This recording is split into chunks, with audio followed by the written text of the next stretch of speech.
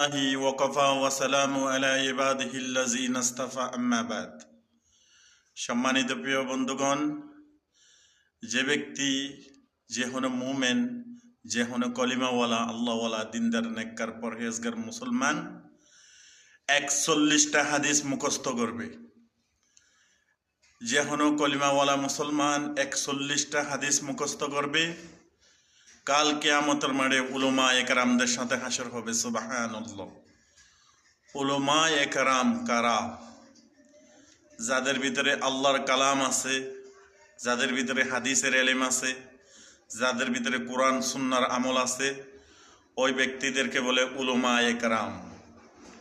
যারা দ্বীনের এলেম মানুষের কাছে পৌঁছায়, এলেম শিখায়, উলামা একরাম। আর উলামা ওয়ারাসাতুল আম্বিয়া, নবীদের ওয়ারিস যারা, তাদেরকে